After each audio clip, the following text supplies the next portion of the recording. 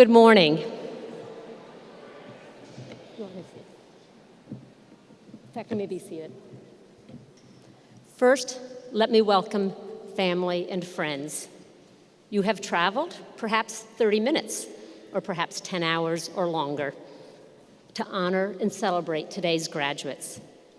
Over the last few years, as family and friends, you have supported, loved, called, texted, sent money, paid bills, listened sympathetically, and given advice when it was sought and sometimes when it wasn't.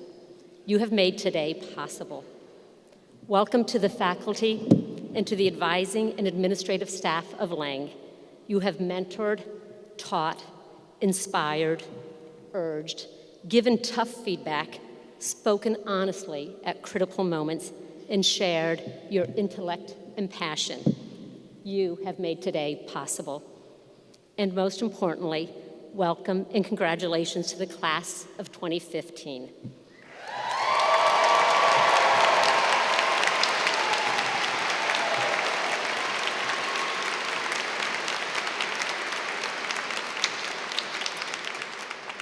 You have, with the help of everyone here and many others, earned a college degree. You have studied long hours, rehearsed and worked with each other late at night, written many papers, debated ideas, read books and articles, participated in community projects, attended events, held part-time jobs, maybe full-time jobs, paid your own bills, been persuaded to think differently, helped others to think differently, joined groups of all kinds, and ultimately, we hope, gained a fuller sense of the world and who you are, what you can do, and what you want to do. Education is not preparation for life. Education is life itself, John Dewey said. And so here at Lang, as you have been learning, you have been living. And after you leave Lang, our hope is that your living may continue to be rich with learning. Colleges are complex institutions. They are a gathering of many people working on diverse projects. In the case of Lang, it is 1,400 students, more than 100 faculty, 25 staff, in a university of more than 9,000 students and more than 500 faculty and staff. And the work of all these people goes on in a very big city. It is easy in such a vibrant environment to lose the thread that binds the institution together. But at Lang, our DNA is very clear. I visit classes and meet with students all the time, and I listen carefully for that moment when the patter of the conversation slows, and I can tell that someone is saying something that is core to Lang. This year in a senior seminar I visited, a student said, "I have learned to ask tough, probing questions, and I have learned how I might begin to help create answers and solutions." Another said, "Here I have found my voice." She added, "It's funny. People always say that college is the last stop before we enter the real world. But I feel Lang has been my introduction to the real world." We also listen to our alumni. Our surveys are open-ended questions. We ask alumni, why did you come? Why did you stay? What impact has Lang had on you today? And because they are Lang graduates, they give us long, remarkable, substantive answers. Top 3 reasons for choosing Lang, perhaps these are the reasons you came: New York City, seminar pedagogy, flexible curriculum. Top 4 reasons for staying: relationships with faculty is the number 1 reason. 2, interesting courses. 3, my peers. And 4th, the curriculum really was open and flexible. Perhaps most importantly, our alumni describe the profound impact their education has had on who they are and what they are doing. One wrote, "I do not know if I would have been as prepared for graduate school as I am now if I had not gone to Lang. I was truly taught how to think." Another wrote, "I use my Lang education every day when I meet new people, when I travel, when I have heated debates, when I question authority, and when I try to understand other people's perspectives." An attorney in San Francisco wrote, "Most of my clients are indigent. In a practical sense, going to Lang prepared me to see different sides of an argument. In a broader sense, Lang made me feel that I can actually make a difference in my clients' lives." Another graduate wrote, "My Lang education was essential in shaping my career as a software engineer. I chose Lang because no math or science was required, but I ended up taking math and science, even though I was a creative writing major. And in my math and science courses, we read original sources, just as students of Shakespeare actually read Shakespeare. I left Lang with the confidence that I can teach myself many things because the texts and discussions at Lang provided the skills for me to learn on my own. As well as writing software," he concluded, "I still write fiction and poetry." Graduates, your journeys after college, like your journeys here at Lang, will not be straightforward. As at Lang, there are no requirements to check off and no curriculum guides to tell you what to do, how to think, and in what order. The steps are not charted for you. But perhaps this last alumni story is helpful. She majored in politics and urban studies. She did AmeriCorps for a year. Then she interned and worked with congressional representatives in DC. Then she gigged at Center for American Progress. At Lang, and in these jobs, she focused on inequality. You might say social justice was her major. This year, she completed a PhD in science at Harvard's public health program, and she just got an appointment at Boston Children's Hospital, where she works on health disparities. Creativity, social justice, community engagement, writing well, thinking critically, it turns out, are lifelong skills. Mr. Lang has attended graduation in the past, but this year, at 96, he decided to stay home. When Mr. Lang meets students, and I know that several of you in this room have met him, he asks questions. What makes you say that? Why do you think that? Where did you get your values from? What assumptions have you just made? What is your purpose? In these conversations, he enacts a small version of what your Lang education has offered: constant provocation to think well, to think critically and creatively about the world, about what you are doing, and about what you might do. It is a true honor to be a part of this community, and it is a pleasure to congratulate the class of 2015 on this day of celebration. Thank you.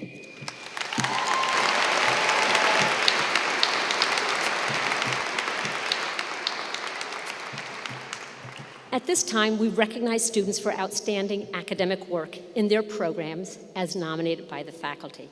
As I call your name, please stand at your place and remain standing until all award recipients are called. Please hold your applause until all names are called.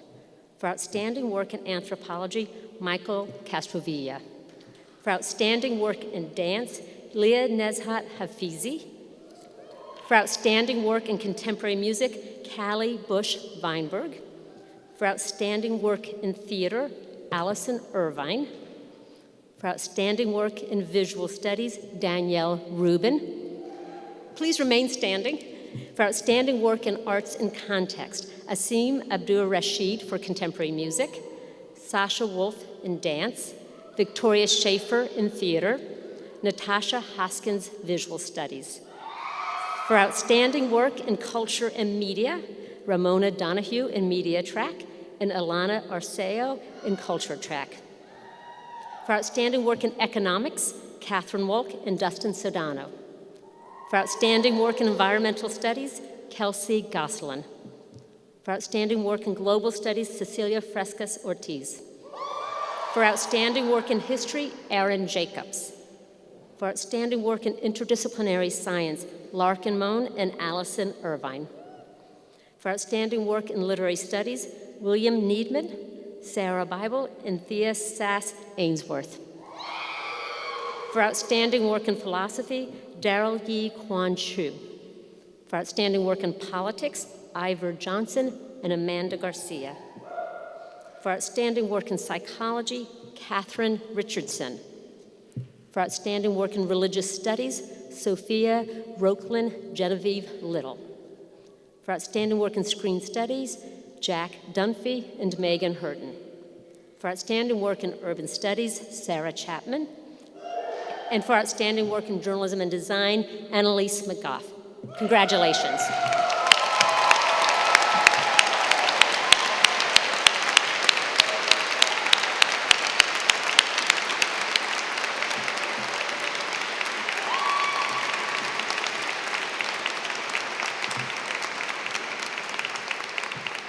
Congratulations. I would now like to welcome Judy Pryor Ramirez, the Director of Civic Engagement and Social Justice, to the podium to present the David S. Woods Humanitarian Award.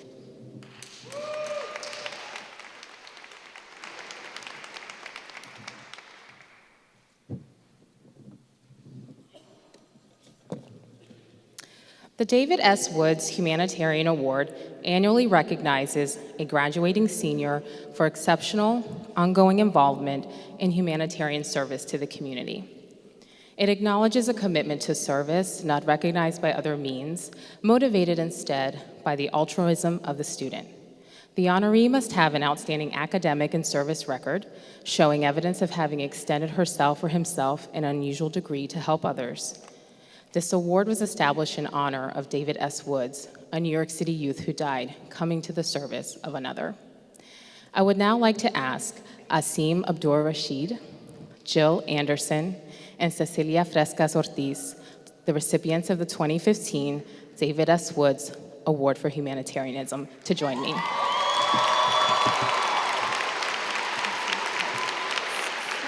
can stand right there so we can, acknowledge you. Yeah, right there.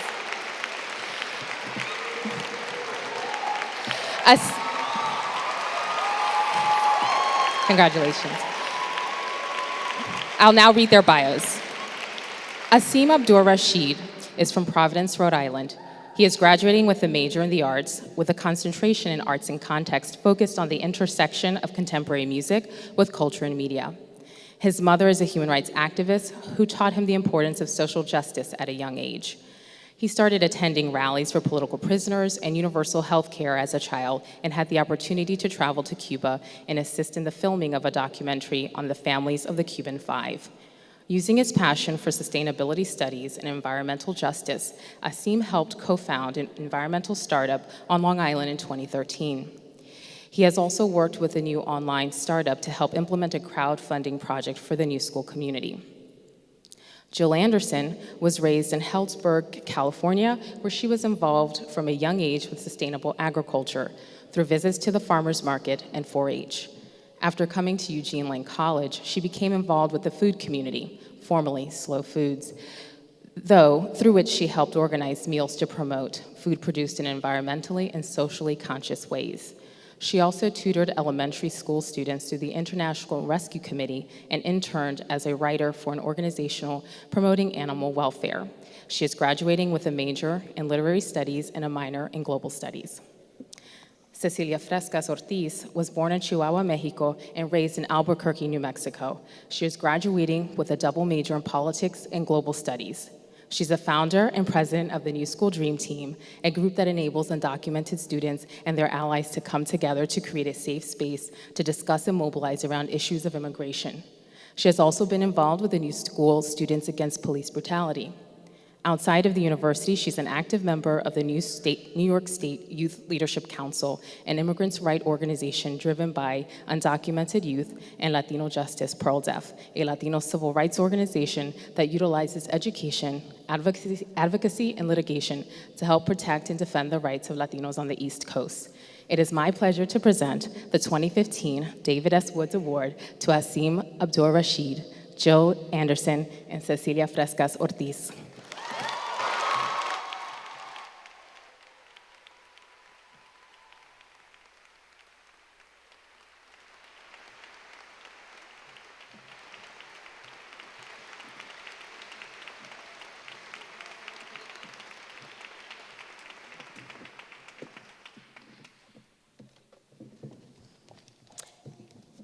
And now please join me in welcoming Lisa Unger, who will present the Dean's Alumni Circle Award. Class of '92, Lang alum Lisa Unger is the best-selling author of 13 novels and several short stories. Crazy Love You is her latest release. Her novel, In the Blood, now in paperback, was a 2014 Goodreads Choice Awards nominee for Best Book, Amazon Best Book of the Month, Suspense Magazine Best Book of 2014, Sun Sentinel Best Mystery Novel of 2014, and Indie Next Pick. Other accolades for Lisa's work include selection as a finalist for the International Thriller Writers Best Novel Award, winner of the Florida Book Awards, and finalist for the Pre-Polar International Award, Bookspan's International Book of the Month, and a Target Emerging Author Award. Her books are published in 26 languages worldwide and have been named top picks by The Today Show, Good Morning America, Walmart Book Club, Harper's Bazaar, Family Circle, Good Housekeeping, Washington Life, Publishers Weekly, The New York Daily News, Indie Next, and Amazon. Please welcome Lisa Unger.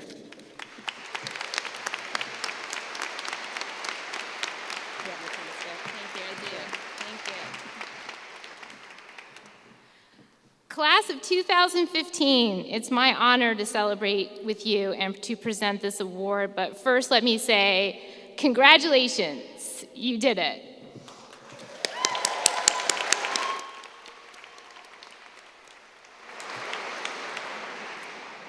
"4,430 alumni have graduated from Lang since the college's founding 30 years ago. Today, as you join our ranks, you grow our alumni community exponentially. As alumni, you will remain an important part of the Lang family, Lang uniquely honors all of us as serious learners, thinkers, doers, and change agents. And together, we have the power to continue to shape this dynamic college. I encourage you to embrace and support this community, to stay connected to Lang, and to stay connected to each other. The Dean's Alumni Circle Award recognizes a student who has been a leader and an advocate for Eugene Lang College, who has demonstrated community-minded spirit, and who will stay connected to the Lang and the alumni community. This year, all of my fellow alumni who joined me in giving back to Lang were invited to vote for this important award. The class of 2015 abounds with many deserving individuals, but of all those considered, one stood out. I would now like to invite the recipient of the 2015 Dean's Alumni Circle Award, Stephanie Leone, to please join me.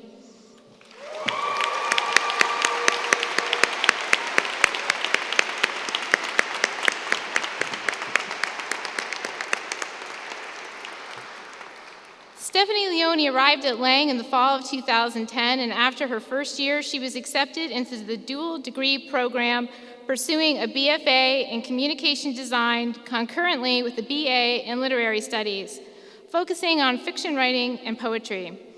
During her time at the New School, she was an academic fellow in the literary studies department, worked in the Lang Office of Admission, and managed the Lang social media accounts, Facebook, Twitter, and Instagram, as well as blogging for admitted students. She has done an internship at Ugly Duckling Press in Brooklyn and recently received an offer of employment with this company upon graduation. I am pleased to present this year's Dean's Alumni Award to Stephanie Leone.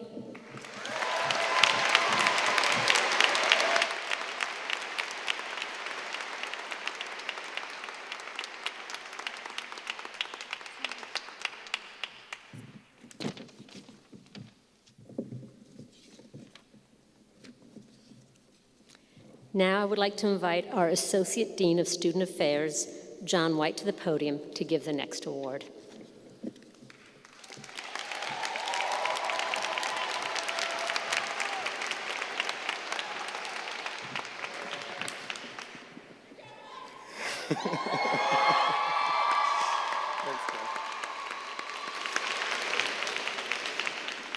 Our next honor is the Faculty Advisor Excellence Award. It's presented annually to recognize exceptional service, guidance, and mentorship by a faculty advisor at Eugene Lang College. The recipient is selected as an outstanding faculty advisor based on their strong interpersonal skills and mentorship, their academic guidance attuned to both individual needs and intellectual coherence, and their effective facilitation of student decision-making and empowerment, all promoting a positive collegiate experience for advisees. This year's recipient of the Faculty Advisor Excellence Award is Dr. Elaine Savory.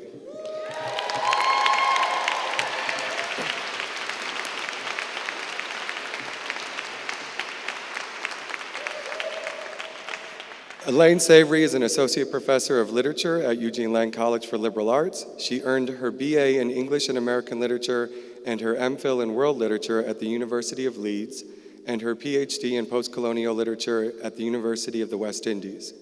Her research centers primarily on Caribbean and African literatures, especially women's writing, poetry, drama, and theater. She has written 2 books on genres, both with Cambridge University Press, and has co-edited the first feminist collection of essays on Caribbean literature, Out of the Kumbla. She is presently editing a lost West Indian novel and completing a monograph on elegiac poetry in the shadow of empire. She believes that scholarship is discovery, writing is craft, teaching is sharing and the joy of community, and that literature brings it all together as a productive part of our rich collective intellectual community. Elaine has advised many upper-level students in the Department of Literary Studies, and with equal commitment has advised a number of undeclared students during their freshman and sophomore years through the first-year seminar program. In nominating Dr. Savory for this award, students specifically referenced her dedication, approachability, and accessibility as a faculty advisor. One advisee wrote, "She was always there if I needed to speak with her.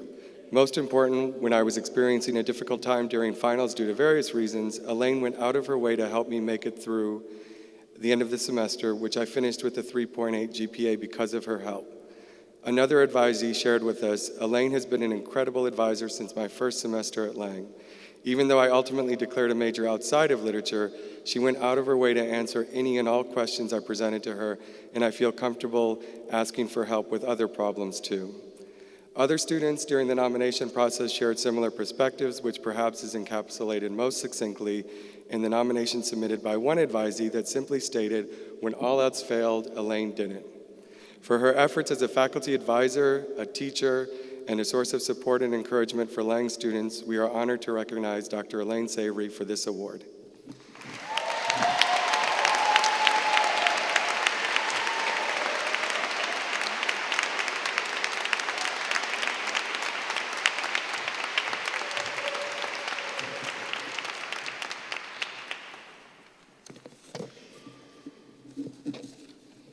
And now it is my great pleasure to introduce this year's student speaker, Jack Dunphy.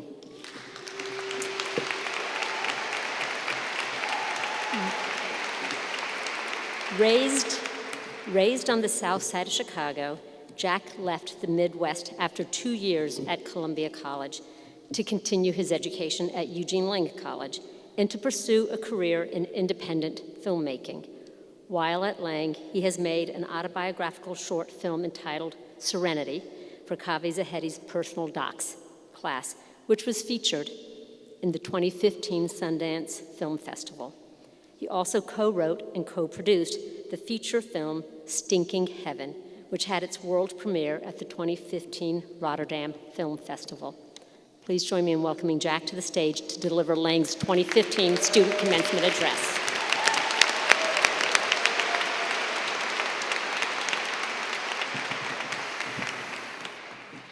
Hi. It's weird to be graduating college because I barely graduated high school. I had a D average, and I applied to film schools only because I knew I wanted to be a filmmaker, and I thought I heard someone say once that you have to go to film school to do that. I got into one film school in Chicago, open admission, and I didn't really have a great time there. It employed a sort of film school by numbers approach to teaching, which is fine, except I felt that my personal voice, if I had one at all, was definitely not being nurtured. This is how you make a film. This is how you become a filmmaker, was the underlining sentiment of every class, not this is why you make a film, or this is why you become a filmmaker. Plus, it was all film and no school. I felt blocked off from the outside world. Occupy Chicago was happening right outside of our classroom windows, and we were stuck inside, rushing through the filmography of Orson Welles. I realized pretty quickly that if all I ever learned about were movies, I'd never have anything to make a movie about. 2 years ago, I made the one decision in my life that I can confidently describe as good.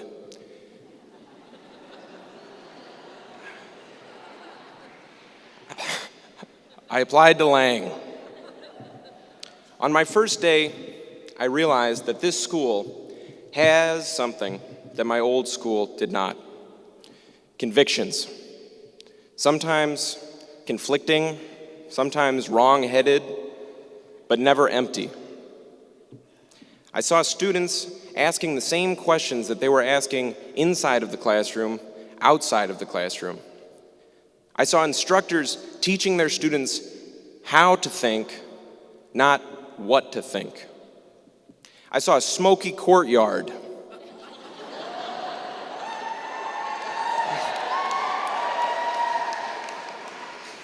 Divided by revolving hairstyles and notions of fashion,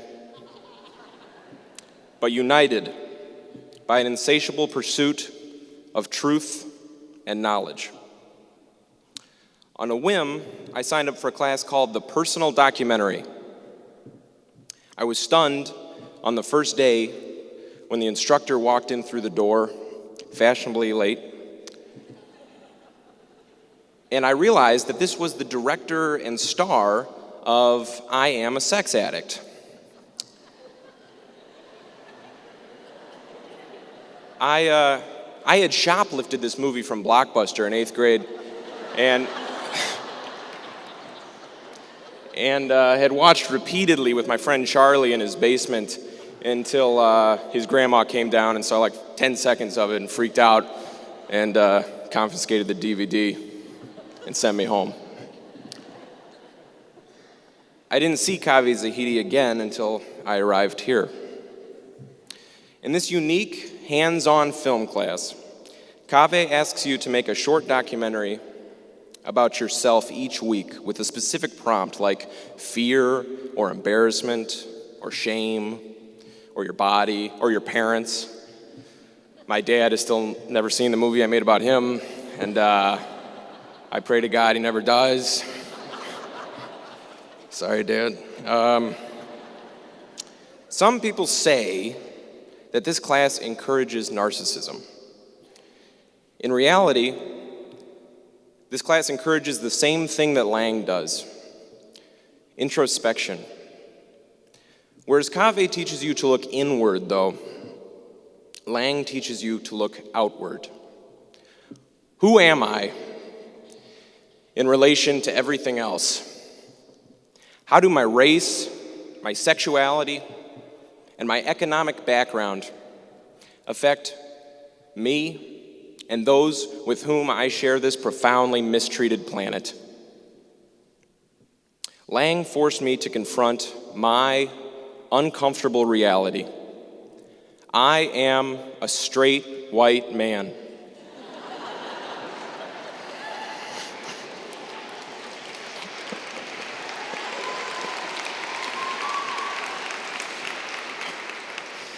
That's a weird applause line. But Kaveh's personal doc class forced me to confront the reality of being a self-loathing, slightly overweight, straight white man. I spent a lot of time composing pretty shots for my first personal doc, making it slick and shiny. But it was a failure because it wasn't personal. It wasn't truthful. Kaveh let me know it. I mean, he really, really, really, really let me know it. After a few months of intensive honesty training from both Kaveh and from many of his colleagues, I made a film that I thought was too confessional, too vulnerable, and just too raw to show to anyone. I almost didn't show it in class. 1 year later, this film was featured in the 2015 Sundance Film Festival. I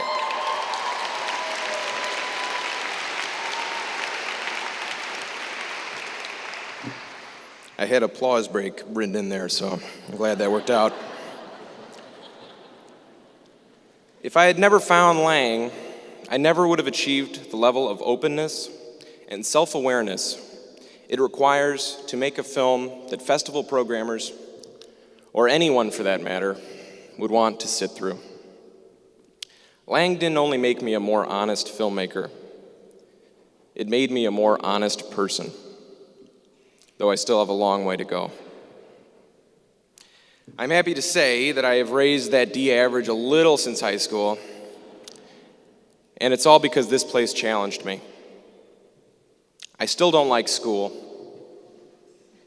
but I like this school.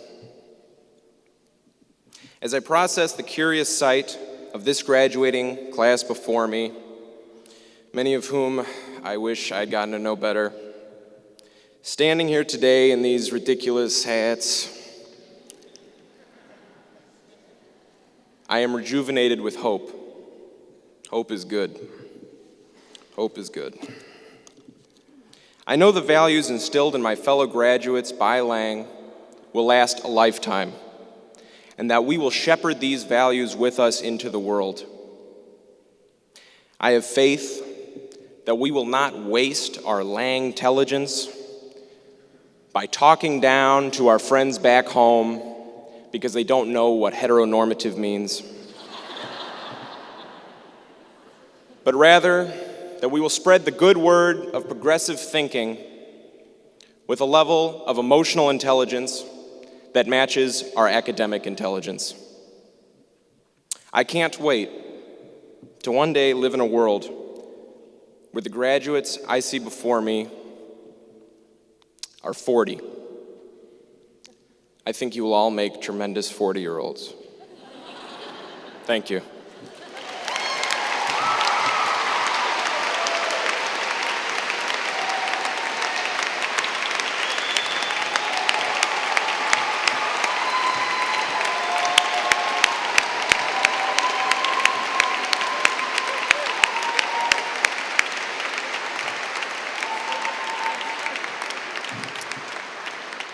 We now get some music. Please stay in your seats, and I invite to the stage Diego Clare. Diego is a songwriter from California, living and making music in Brooklyn, New York. He studies contemporary music and interdisciplinary science at Lang. In high school, he started a band called the Lime Tree Warehouse, which released Welcome, an EP, in 2009. In 2013, he recorded his debut album, Diegesis, at another recording company in Omaha, Nebraska. Thank you.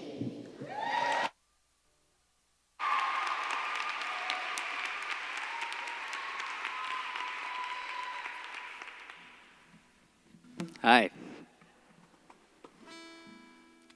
Yes. So I'm not as eloquent of a speaker as Jack here. My only way of communicating is by doing this. This is a song by Nick Drake. He was a songwriter in the 70s. He only put out a few records before he passed away. But this is the last song on his album, 5 Leaves Left. It's called Saturday's Sun, and it was a powerful song for me. I hope you enjoy it.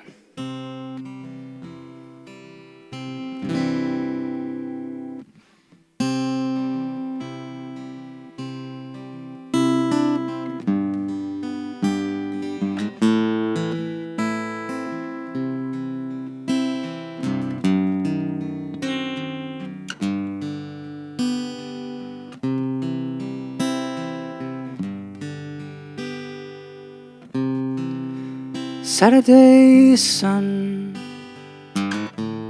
came early one morning in a sky so clear and blue. Saturday's sun came without warning. No one knew what to do. Saturday's sun brought people and faces that didn't seem much in their day. When I remember these people and places, it's really too good in their way, in their way, in their way. Saturday's sun won't come and see me today.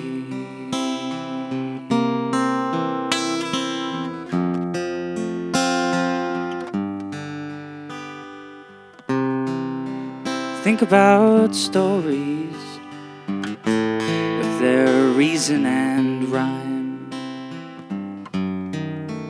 circling through your brain.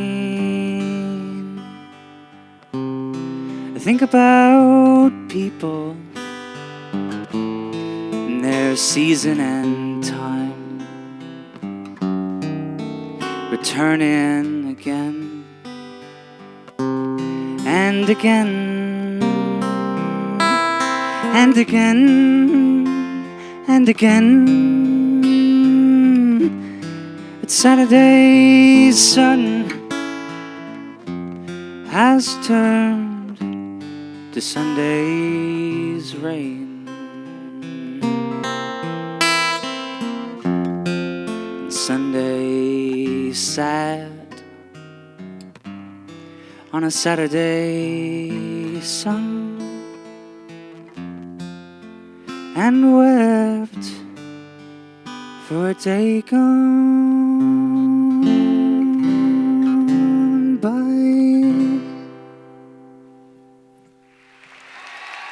Thanks so much.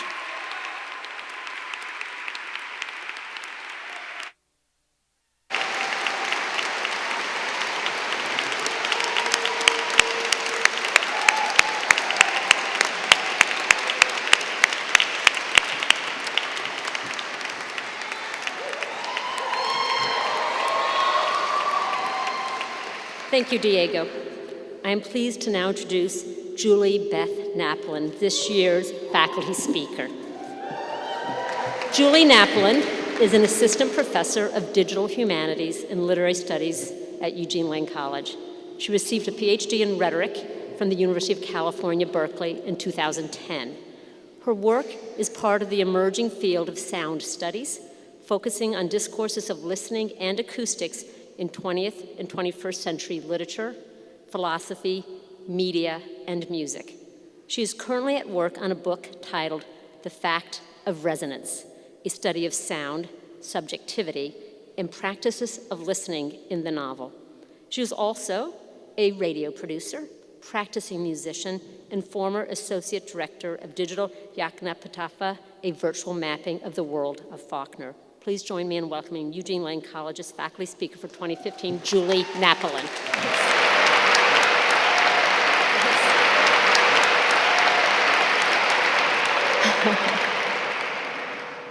Hey.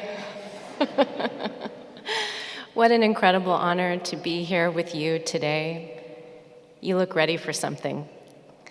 For what you don't yet know, and you don't have to. You probably didn't believe you would get here to this moment, but you did. 20 years ago in Albuquerque, New Mexico. Albuquerque.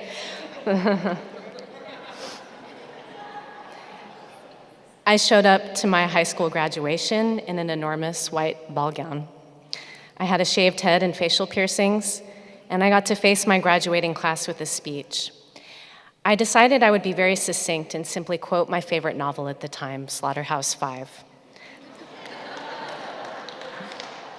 I can recite that speech to you by heart. I simply said, everything was beautiful and nothing hurt. I then added, those of you who supported me, you know who you are and I thank you. Those of you who didn't, I look forward to proving you wrong.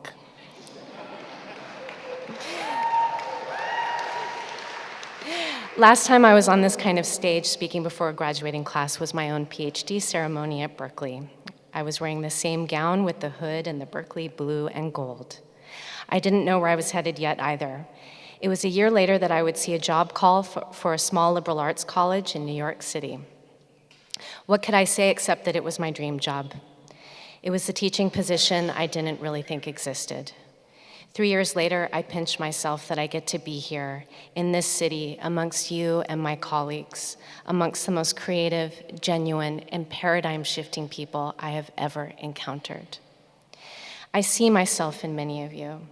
You've taught me how to be a better person and teacher. You've taught me things about texts I thought I understood completely. You've been there to support me when I didn't know way through a problem or a question. We've gone to museums, heard live music, puzzled over 3 sentences for an hour, and marched through the street when we were supposed to be in class. If I say I see myself in you, it's because I know that many of you arrived here under similar circumstances. Maybe you didn't think there was a place for you. You were the most outspoken person in your class. You wanted to push harder when others wanted to say the right thing, or worse, keep silent. You wanted to be somewhere where inquiry rather than requirements was the driving force in your study, where affinity rather than authority structured your encounters. I always wanted the same thing. Writing this speech for you today has meant reflecting on how I came to be here with you. In my course this semester, on the first day, we swapped stories. A colleague of mine, Robert Sember, taught me that on the first day, you should always swap stories. You told me about art objects that had moved you, an experience that had impacted you, a time that you most felt like you knew who you were. Then it came around to me. In that instant, I felt called by the collective act of storytelling. I decided to tell a story I thought I would never tell my own students.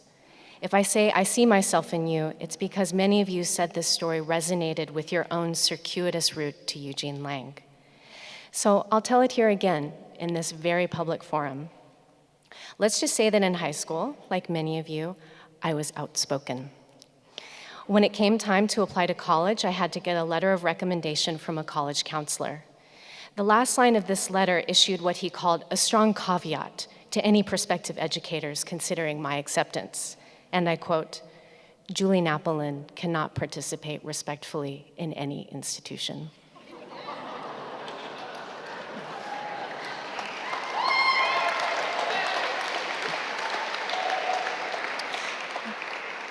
Let the YouTube record show that according to my teacher and counselor, I, a 17-year-old, could not participate respectfully in any institution. Without any other choice, I sent this letter to colleges around the country. I hoped it would be swaddled by my award-winning artwork and by my writing sample on the fiction of William Faulkner that would later become my dissertation. I still teach his novels today. Let's just say that I did get into college, 2 to be exact. And at one of them, I got to study with a young professor, Christoph Cox, who we didn't know then was in the midst of helping to create a new field of study. And it was that burgeoning field of study that led me to Berkeley exactly 4 years later for my PhD. I know it was the kind of open study at Berkeley that led me here to you. My dad and sister are here, and they were at that speech almost 20 years ago in New Mexico. I don't want to waste your time with platitudes and say that everything happens for a reason. That is fundamentally untrue. Many terrible and wonderful things happen for no reason at all. They forever leave us puzzled, conflicted, stunned, and wondering with no one to ask why. But I will say that some experiences issue a call. They don't contain within themselves their own meaning. They call to you and your own capacity for cognition.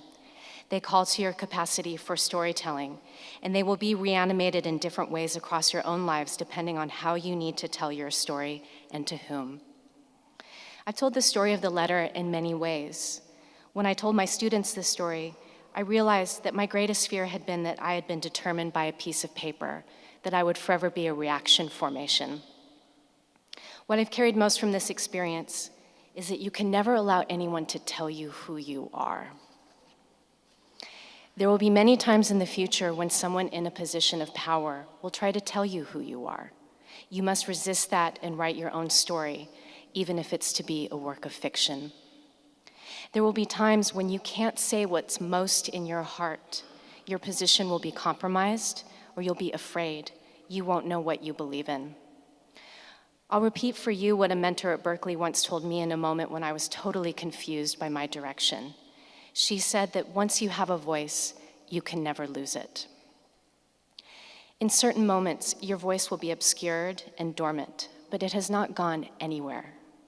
As students, you are by definition iconoclasts. Many movements around the world have been and are being led by students, including you.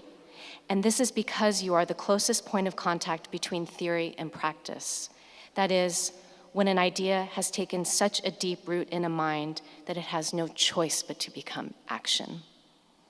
Many of you have been on the streets this year to protest the unjust murder of Black men and women at the hands of the police. You've put aside your studies and work obligations to speak truth to power. There will be other moments when you feel called upon. What I most want for you after you leave Lang is to remember to speak truth to power. My English teacher from middle and high school recently passed away, not the one who wrote the letter, but the one who always liked my papers and saw in me a precocious intellect. I never saw him again after graduation. My best friend at the time, who is now a tenured professor at University of Virginia, she and I used to torment him. We'd leave funny prank messages on his answering machine and find new ways to lampoon him in class. He always smirked at our pranks. I wish I could have told him that I am forever in his debt. It's the kind of debt that I don't have to pay back, one that might be called a gift. It's a gift you've given to each other and a gift you've given to me. As a teacher, properly speaking, I haven't given you anything except my time. I want to turn to a second but related set of questions about indebtedness. I want to acknowledge the enormous debt many of you and your families incurred to be here. 40% of Lang students have received Pell Grants, making it the highest recipient in New York State.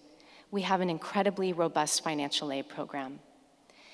Nonetheless, here we are in the financial center of the world, where some of you have struggled to find an affordable place to live. I've talked to more than one of you who have slept on friends' couches and moved from sublet to sublet, and finished your last credits under the enormous burden of several part-time jobs. I support debt strike and resistance, and many students around the country are joining the resistance against predatory lending practices. It's imperative to vote for leaders who make student debt forgiveness a central issue. Debt is the most important issue of our time. It is not individual, but a collective struggle, just as education is a public good, one that makes us for others and not simply for ourselves. If I say I see myself in you, it's because we're a part of the same generation. You will not get one job out of college and keep it for 40 years. You couldn't guarantee the company would even exist that long. At times you will be mobile. Sometimes you'll feel like you're moving up. Other times you'll feel like you're on the run. Some of you will never own a home. You might not save for retirement. You might not own certain things once deemed essential. Some of you will live off of credit cards when you're in between jobs. The world our parents taught us to want doesn't exist anymore. In many ways, that positions us uniquely to see both ways, to see the past for what it is and to want a new way forward. You must carve out your own story using the voice you found amongst your peers. There will be moments when you are working alongside of those who you feel at odds with. Reach them, tell them where you come from, share this collective good. To become an adult in this culture is tied up with ownership and credit. A colleague of mine, Mateusz Halawa, recently argued that mortgages and credit produce hope and optimism, the hope that you can and will repay. You will enter into lifelong relationships with banks. You will have several monthly payments, rhythms of repayment. You will hear people speak of good debt and bad debt. Good debt gives you credit and with it a sense of power. Bad debt diminishes it and stains your identity. Our horizon under this structure becomes the time of repayment. Nietzsche was probably the first to understand that we see punishment in our society as paying your debt. He teaches that to be indebted is socially constructed as punishment. If you are in debt, it's because you're a bad person. I want to tell you, you must resist these notions, politically and ethically. You must find new objects to have faith in and determine their meanings together. This achievement of your undergraduate degree, the enormous effort you've put forth alongside of your peers, cannot be commodified, nor can the voice you've marshaled. This degree has been a horizon too, but one that, above all, has been shared with others speaking alongside of you. Rather than with advice, I will go seminar style and ask you a set of questions.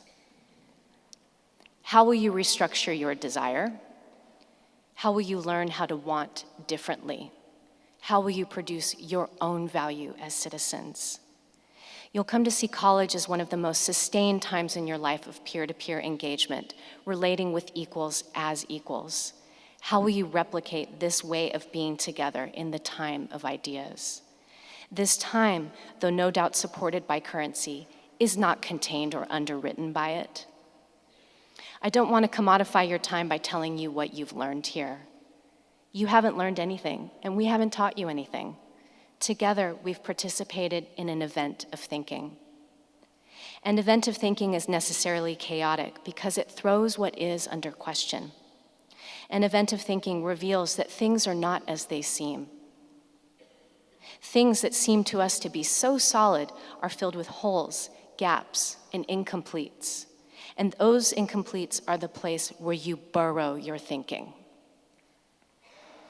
You might have met your best friends here. You might have fallen in love.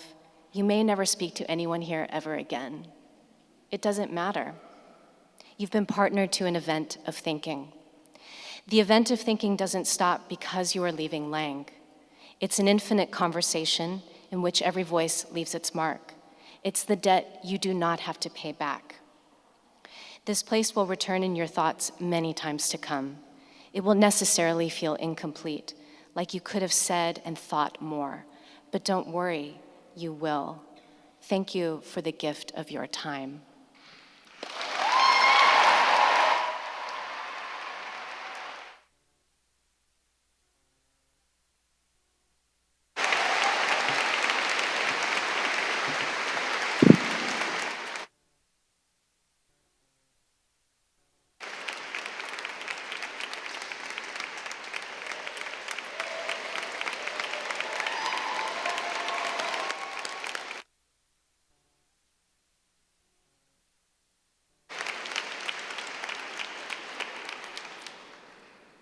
We will now present the candidates for degree of Bachelor of Arts.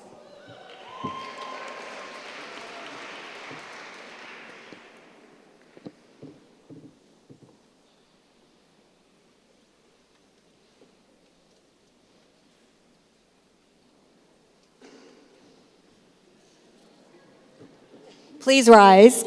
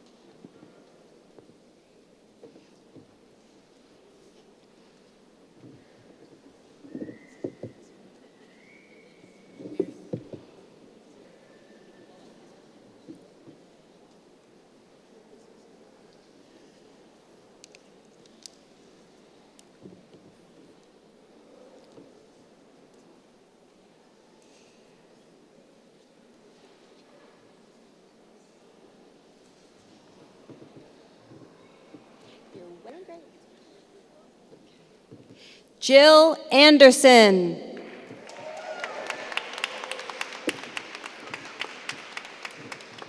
Jonae Nunez.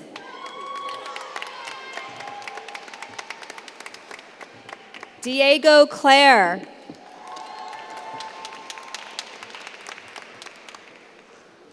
Jack Dunphy.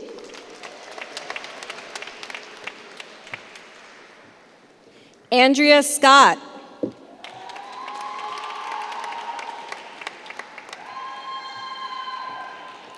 Megan Hurton.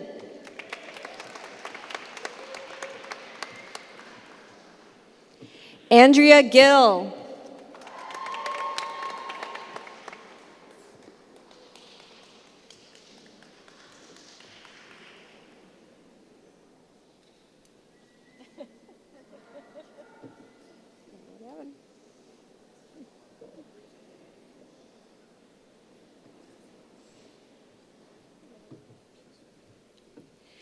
Shanice Frank.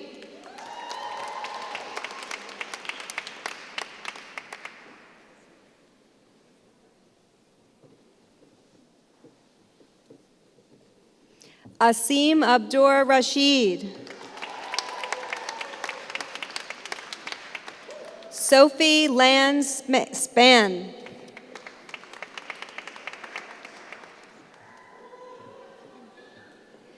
Samuel Woldenberg.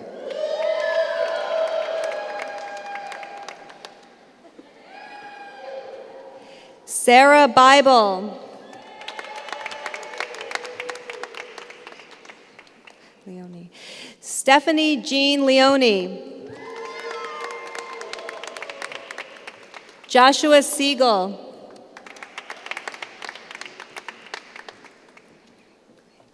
Mario Irigoyen.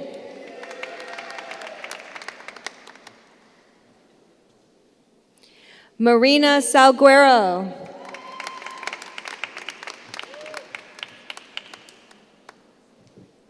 Amira Geba.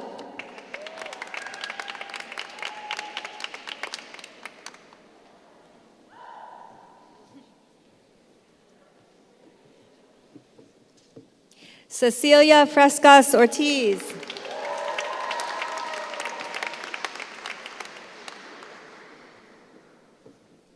Tracy Penito.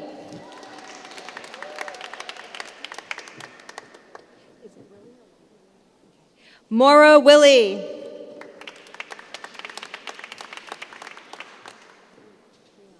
Ginden, right? Breon Ginden.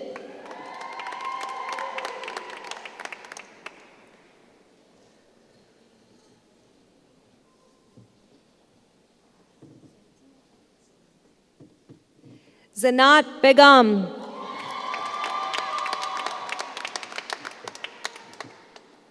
Emma Pang. Ian Keith.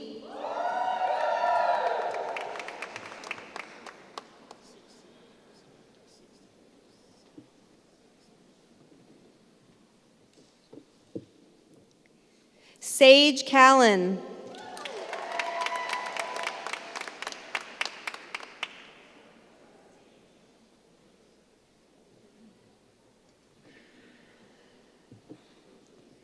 Samantha Petrilli.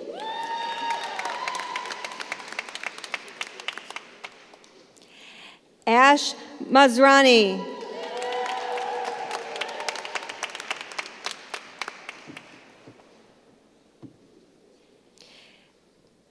Meredith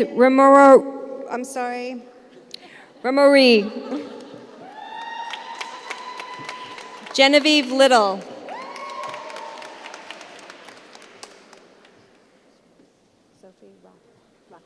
Sophia Rockland.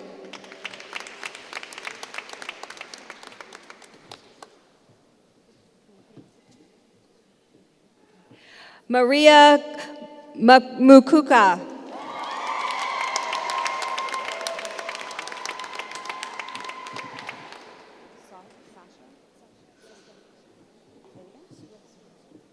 Sasha Restrepo.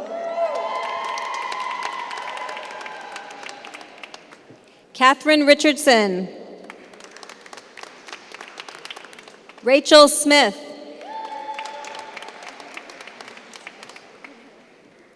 Sophia Ishak.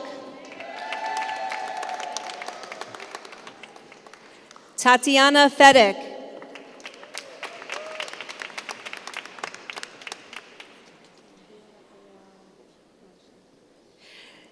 Tanvir Raphael Motion.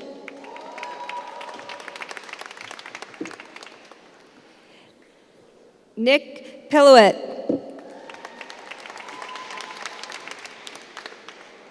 Drew Underla.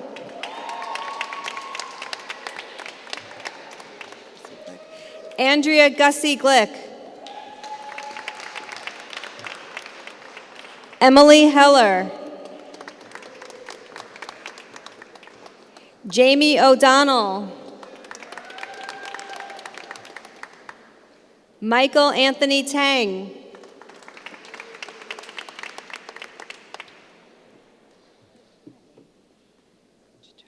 Rank Coach Turk.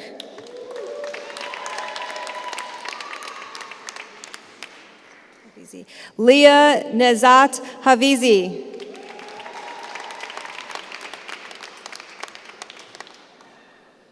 Sasha Wolf.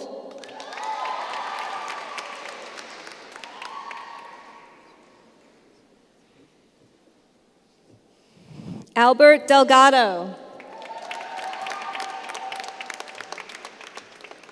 Lee Brown.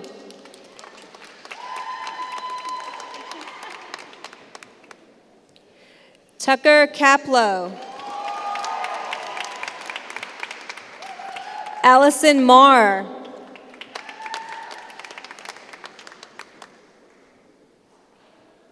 Rachel Schwartz.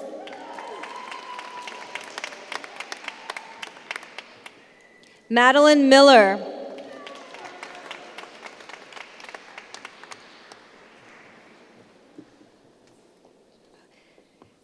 Jada Shaver.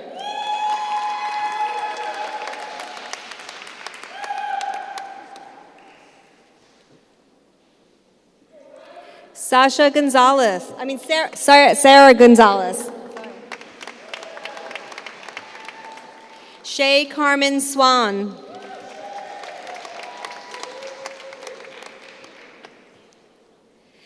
Emiliano Bambiere Morales.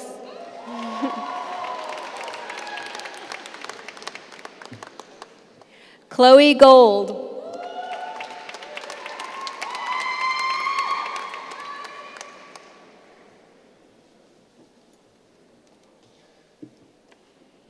Mimi Barconi.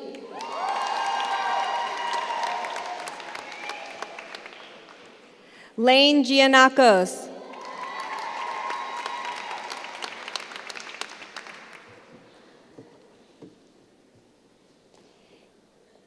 Ela Gregg. Amanda Mercado.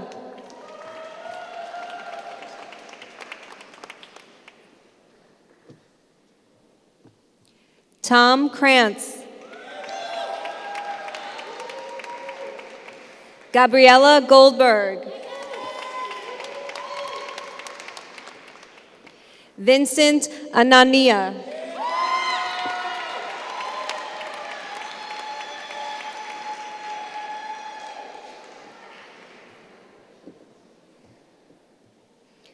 Alexis Pages.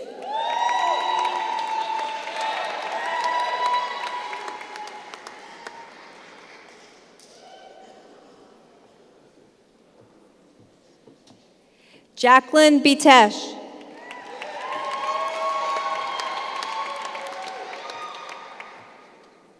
Annette Cohen.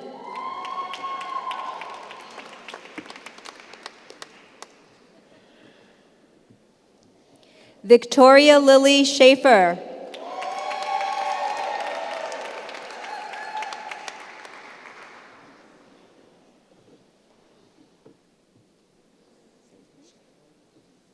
Ryan Steinhorn.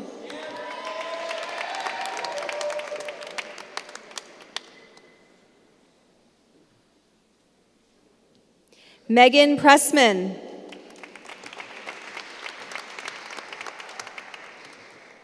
Molly Rabinowitz.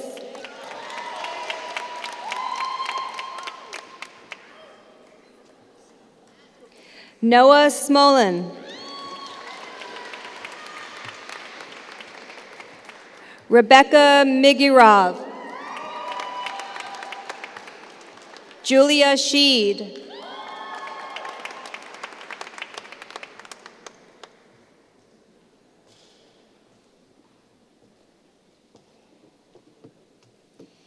Eva Marie McGarry.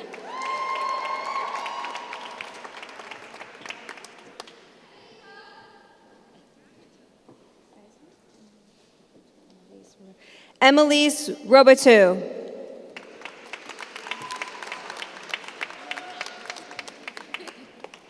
Alexandra Grande.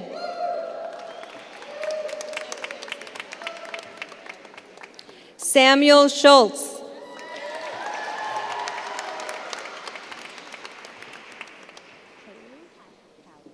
Callie Knight.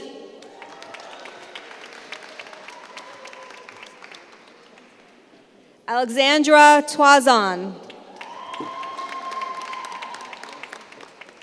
Ashley Charles.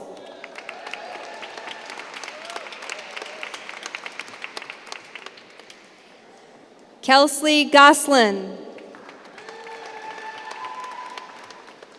Hannah Reinhardt. Daniela Bizel.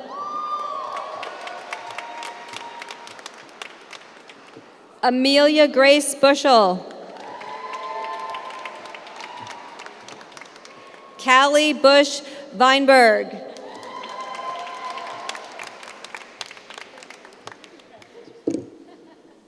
Whitney Sanchez.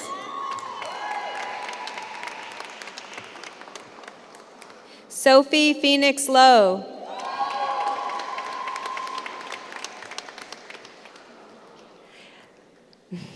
Okay,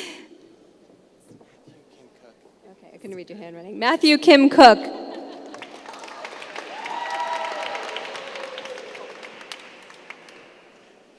Karen Sepulveda. Benjamin Lowy.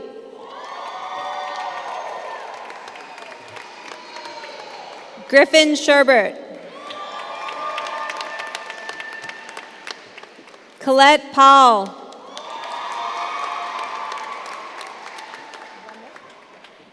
Andrew Vanook.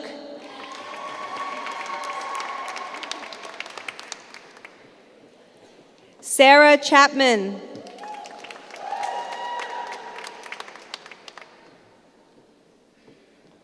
Will Carter.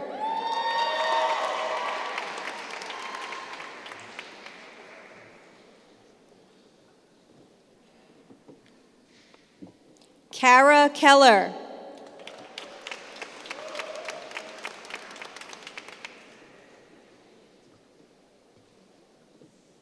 Stephen Cardone.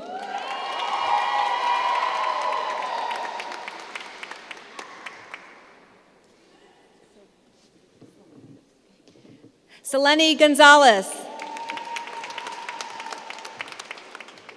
Victoria Kaplan.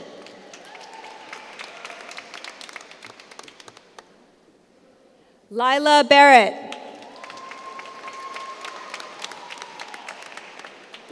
Lillian Steedman.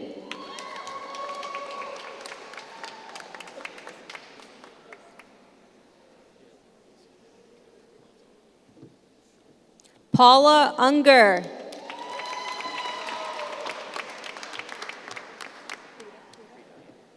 Matthew Prito.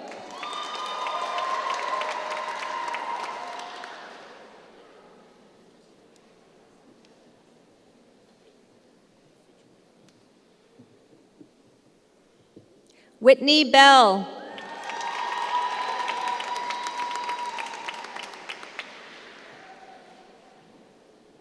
Eden Moore.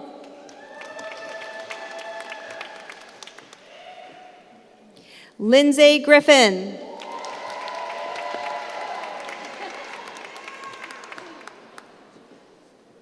Phoebe Azario.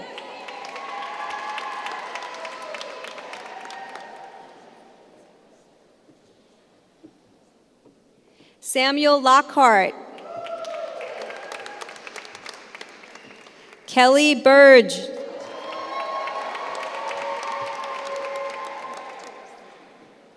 Therese Dizon.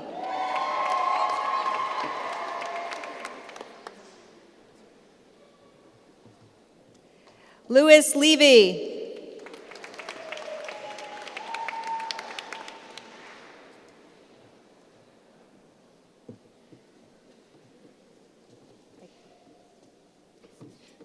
Sterling King.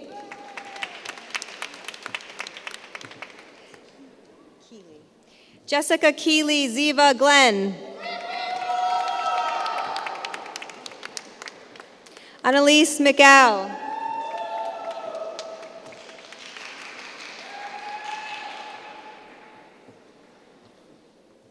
Alexandria R. Bell.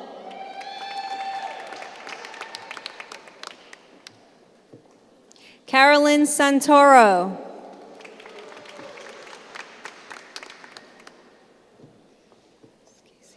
Lisa Noskazy. Corinne Kohler.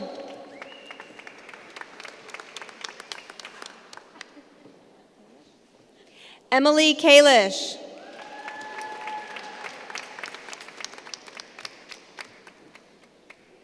Jenny Sue.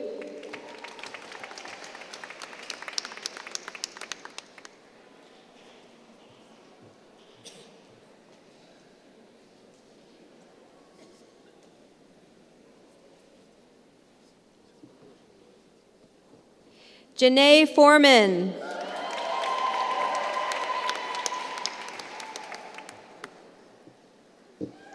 Gordon Jackson.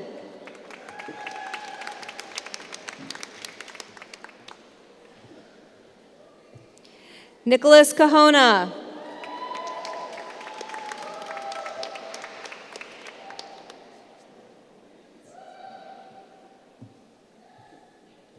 Madeline Reel.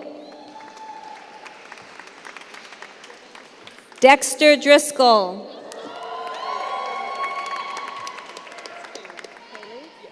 Kaylee Palmer.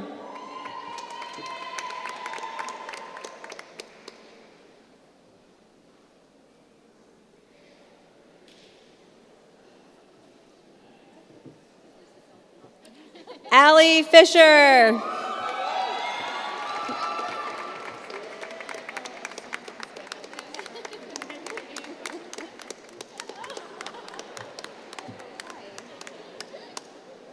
Villas or Vallis? Gabriella Vallis.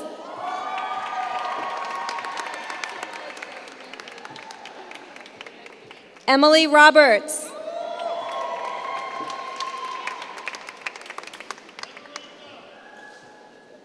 William Dickstein. Cody Pan.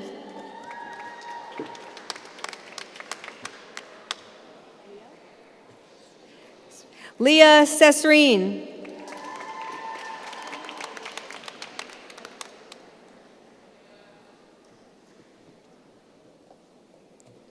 Edward Daniel.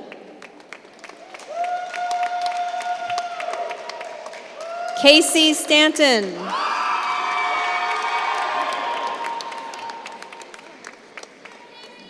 Carlo Mantuano. Cerise Steele.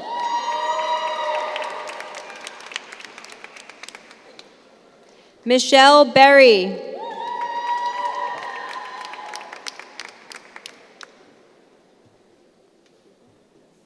Stephen Biga.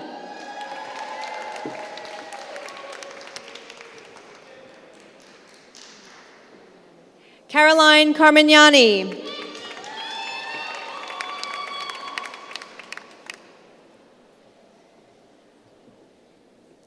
Elizabeth Wu.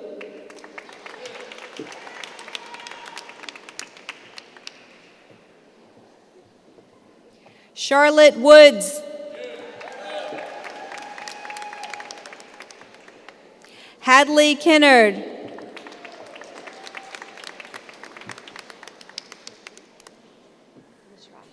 Kaushik Mishra. Christopher Watkins.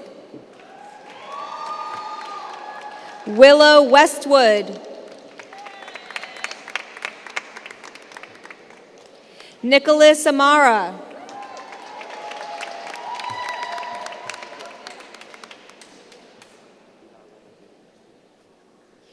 Danielle Vidal Baraker Castells.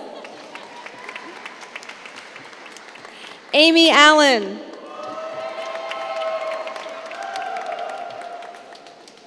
Eli Lichtenstein. William Needman. Judith Romano. Catherine Towle. Starnice Johnson.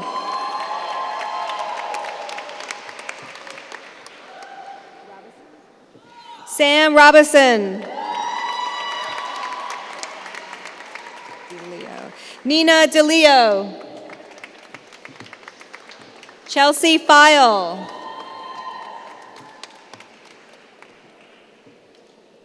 Alana Arceo. Joey Goldsmith. Amy Maluk. Christina Cho. Catherine Colo. Nicole Chu.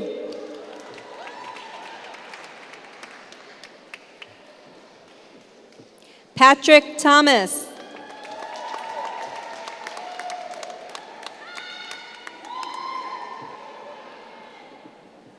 Joseph Goidiano.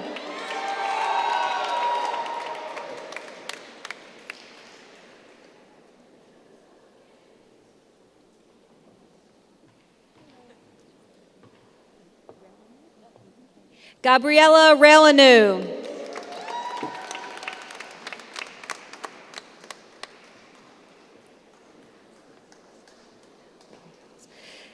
Brendan Heldentels.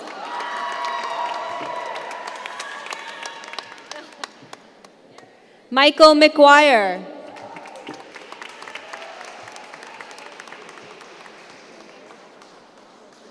Aimee Fortier. Adrian Santamaria. Crystal Hernandez.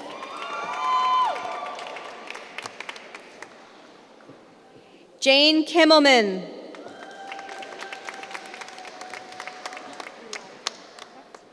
Eliza Hecht.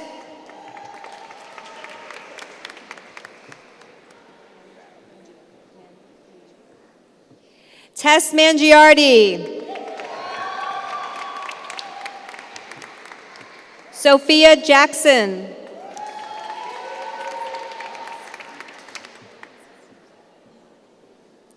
Stephanie Lee. Lai. Sorry. Charles Busto.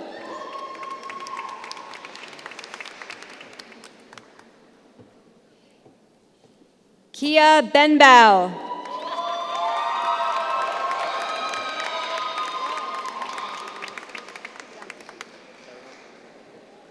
Dario Ben Dominguez.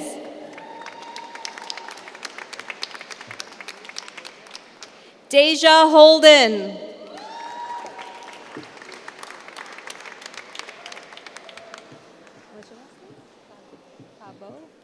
Caba.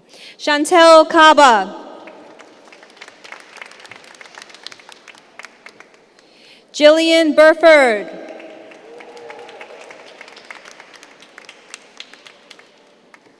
Kelly Lee.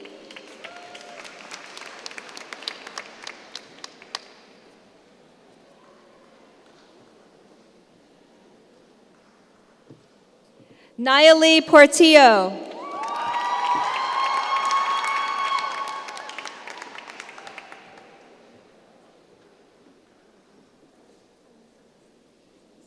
Alexandra Salazar.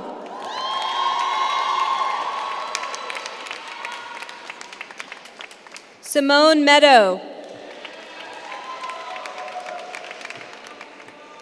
Meredith Gray.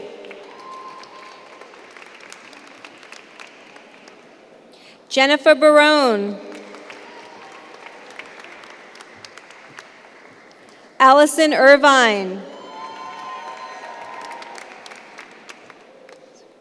Daniel Cervenka.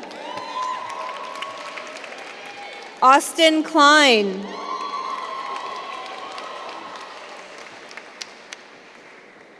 Isabel Backrack.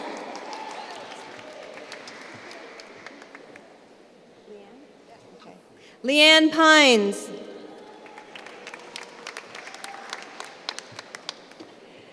Magnus Collins. Annabelle Thompson. Zoya Karosh.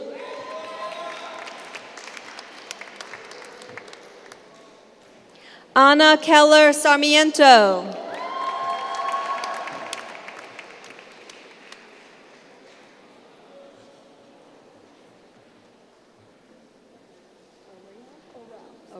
Molly O'Rell.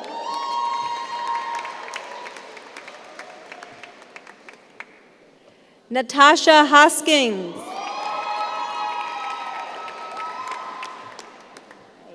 Danielle Rubin.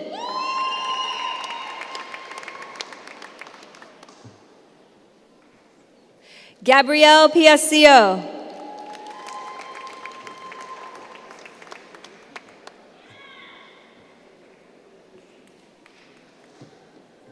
Dean Suk.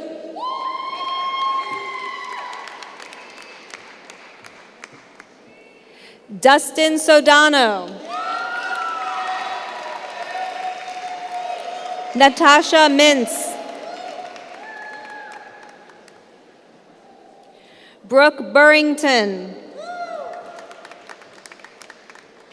Michael Gutterman.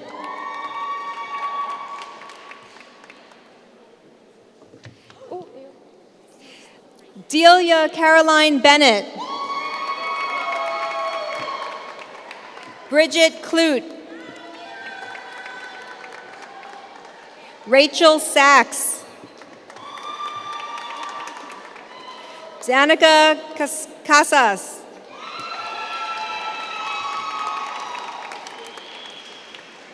Saoirse McAllister. Jesse Johanning. Ivor Johnson. Liana Brinson. Miriam Zamel. Zachary Rizzo. Liam Dirt Batat.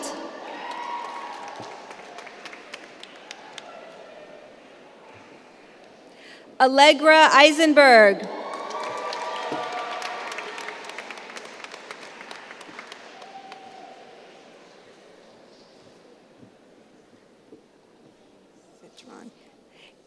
Kayla Zitron.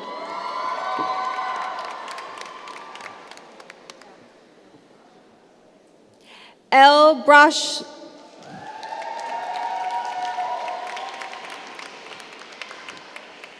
James Johnson.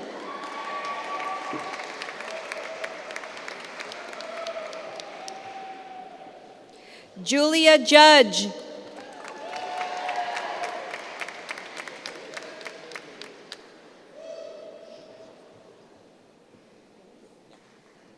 Annie Gillis.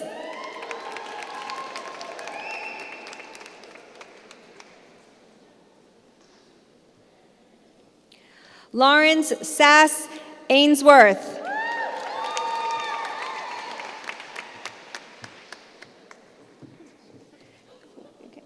Thea Sass Ainsworth.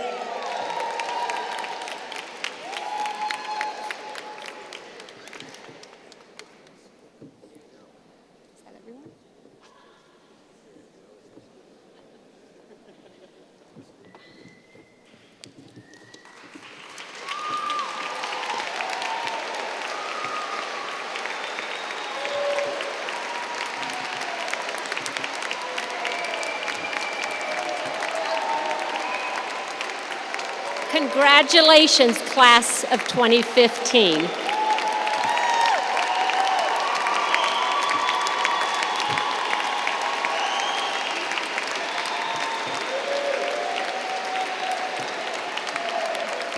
The themes today have been very clear. As the one alumni said, at Lang, I found my voice. Jack talked about using your voice with honesty and integrity. Julie spoke about using your voice to speak out, to speak truth to power. Use your voice honestly, in community and alone, with integrity and with compassion. Congratulations to the class of 2015.